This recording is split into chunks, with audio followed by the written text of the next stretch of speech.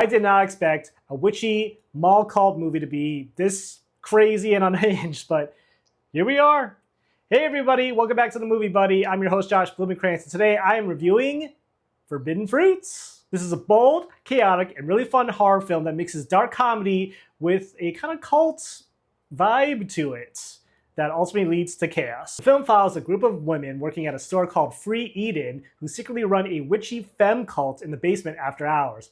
But when a new hire named Pumpkin starts to challenge their dynamics, tensions rise, and things quickly turn violent in ways that may or may not be tied to the cult itself. What worked for me?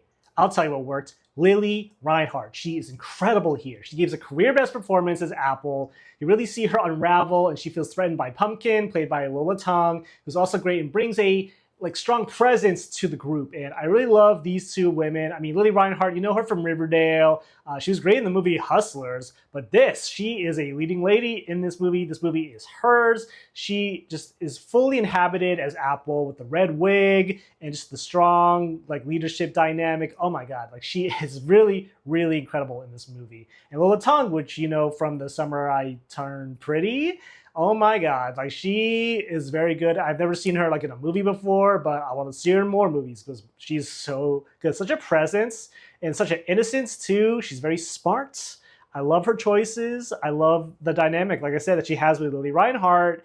My God, flawless. Their dynamic is the heart of the film, and you start to understand what connects them as well and what kind of pulls them apart. But oh my God, both of these women are just crushing it right now. Victoria Pedretti as Cherry and Alexandra Shipp as Fig both have their moments, but their storylines don't feel quite as developed, and it's not as balanced overall. Okay, so Victoria Pedretti as Cherry, she is the kind of ditz of the group. She's just going around having sex with random not co-workers, I guess other people who work in the mall.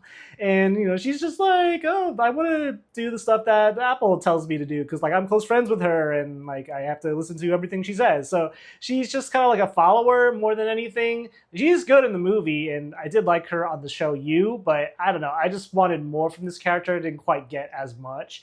Then you have Alexandra Shipp as Fig, and she is interesting because she has a secret boyfriend and she just wants to basically distance herself from the group, make it kind of a name for herself in other ways.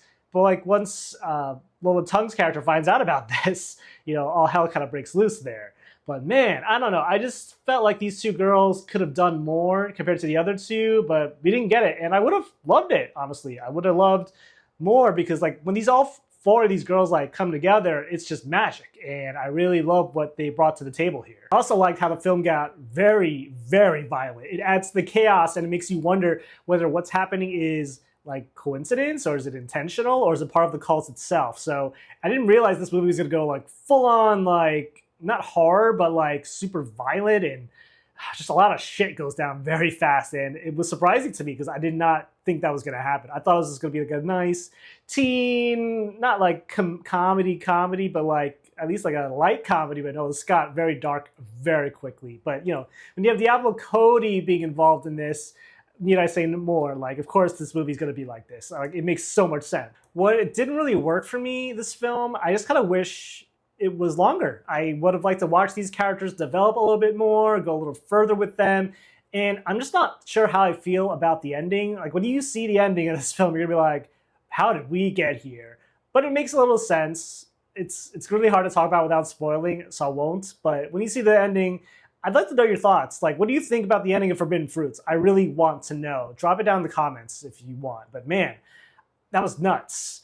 And overall, I just think it's a really fun experience with this film, Forbidden Fruits. I saw it at its premiere at South by Southwest, and it was a good time. The crowd was screaming, laughing, just rocking with this movie, and it was a really, really fun time. And I highly recommend you see it with the biggest crowd possible because you get the full-on scope of it all and the full-on experience. And that's pretty much what I have to think about or say about Forbidden Fruits. If I had to give a grade on this, I would give it an 8 out of 10, I would say. I really liked it. I really did. I just wanted more to make this oh my God, this movie is rocking, but almost made it there for me. But still, highly recommend it. And yeah, those are my thoughts on Forbidden Fruits. Thank you so much for listening. If you like what you heard, go and hit the subscribe button on the channel. Greatly appreciate your feedback and your support. And remember, when you go to the movies, bring your buddy and talk about movies. Until next time, bye.